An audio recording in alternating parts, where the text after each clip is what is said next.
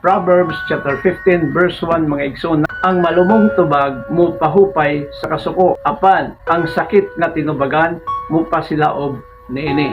Dawi nga motubag ka ngadto kang libisang kinsa or sa imong higala, sa imong igsoon or sa imong kapikas, pinaagi sa malumong nga tubag, walay kasamok, walay away, walay panagbingkil, walay adlaw nga maguba mga igsoon, tungod kay dawi nga motubag ka ngadto sa imong isig katawo or kapikas or libisang kinsa, malumong nga tubag na igugma mapatibabo ang kalinaw. Apan kung ikaw motubag nga sakit ang imong tinubagan, unay mahitabo nga igsoon nga panagbingkil o panag-away, walay pagsinabtanay tungod kay dawi nga motubag ka ngadto sa imong isig katawo, dili malumo nga pamaagi. Kinahanglan nga igsoon nga atong siguraduhon nga humble ang pamaagi sa atong pagtubag, nga dunay gugma nga magauban ni ini aron mohari ang kalinaw mga igsoon. God bless, to God be all the glory.